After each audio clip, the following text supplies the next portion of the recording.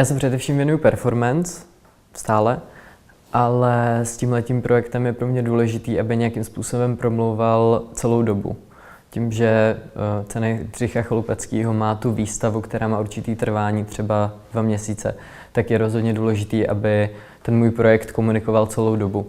A to bohužel to je jedna z těch věcí, které performance není schopna.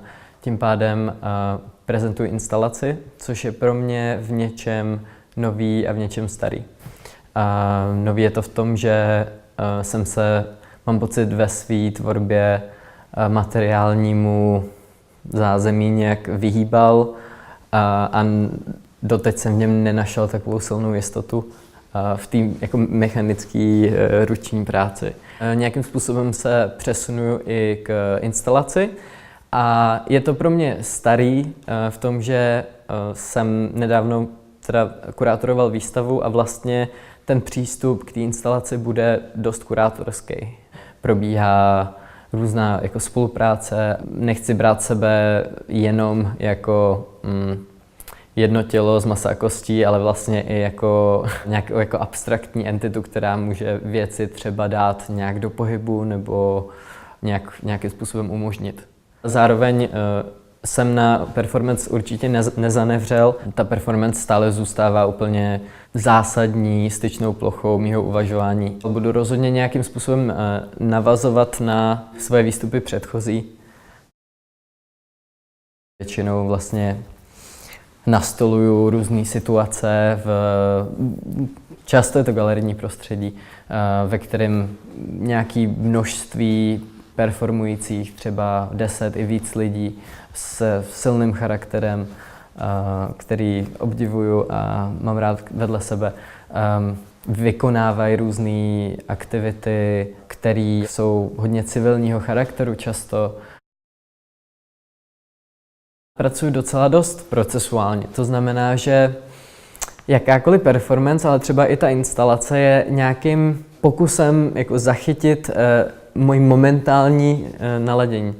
Tím pádem i v téhleté chvíli, nějakou krátkou dobu před tou samotnou instalací, není zcela uzavřený, jakou ta instalace bude mít formu.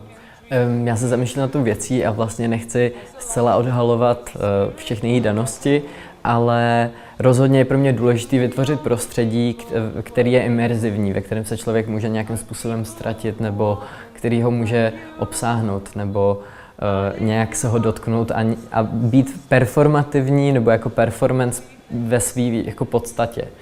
Ono totiž není potřeba možná zorganizovat performance s těly a charaktery, ale vlastně performativní může být i to samotné prostředí, což je moje snaha obecně.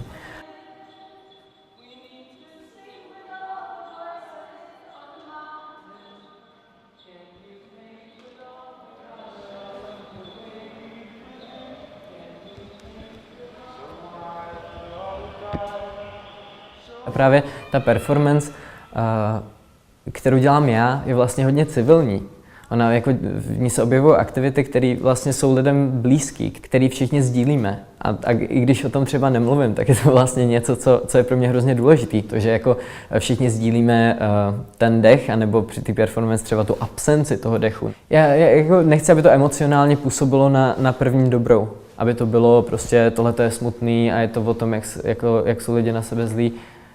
Tak to jako vůbec není a tak to vůbec nevnímám. Současnost je prostě úplně extrémně niancovaná ve všech různých jako polohách a vrstvách a je vlastně složitý a nemožný nahlížet nějakým způsobem. Současnost je věc, kterou všichni vnímáme vlastní optikou a vlastním filtrem a vlastně tady jako objevuje pro lidské bytosti se tady jako vyjevuje 7 miliard současností vedle sebe. Ale zároveň i vlastně ve světě, kdy někteří jsou vysoce privilegovaní nebo velmi privilegovaní a někteří to privilegium nečerpají, tak vlastně ta přítomnost, jakože někteří tu přítomnost v vozovkách žijou víc než jiní. Je to zkomodifikovaná věc, i ta přítomnost jako taková.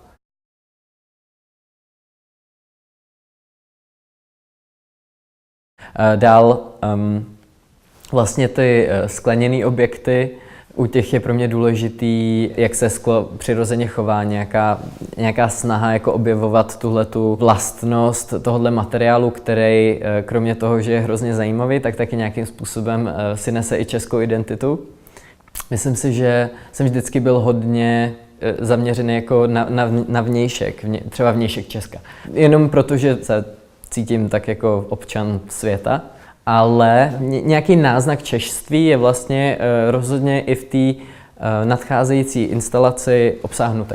Vlastně věc, která mě hodně inspiruje, jsou teď jako řemesla obecně, jakože kožedělný průmysl, samozřejmě tam je zajímavá i etická otázka, stejně tak sklářský průmysl a různý i volnočasové aktivity český jako trampství nebo houbaření jsou vlastně hrozně zajímavé pro mě v tuhletu chvíli a nějakým způsobem se jim jako snažím jít vstříct. Takže i ta výstava je jako z 1/10 o nějakým znovu nalezání svojí identity. Já jsem vlastně nikdy necítil tak velké množství nějaký zodpovědnosti vůči divákovi jako teď. Zároveň vlastně, když dělám performance, tak tenhle ten typ zodpovědnosti tam vždycky je a ono je to zodpovědnost na jako různých rovinách, protože to není jenom braní jako diváku jako nějakou masu a není to braní diváku jako diváky, ono je to braní diváku jako bytosti a moje snaha v mojí performance je často nějaké přímo jako zapojit do toho dění, což samozřejmě bude probíhat i v polovině prosince na můj performance. Ale proto právě ty věci nejsou explicitně politický, nejsou explicitně aktivistický. Nebo takhle, já si nejsem úplně jistý, že umění je schopný pojmout do sebe tyhle ty funkce, tyhle ty jako výsadně aktivistické funkce. Já jsem docela jistý, že není.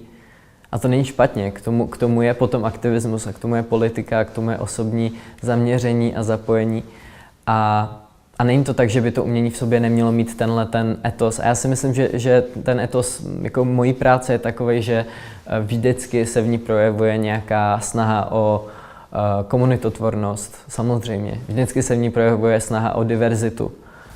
Vždycky se projevuje snaha o nějaký jakože vytváření nějakých jako sociálních dynamik, kdy je podle mě důležitý tyhle ty dynamiky jako řešit, ohýbat, nahlížet na ně, pronikat jima a tím si myslím, že může být moje tvorba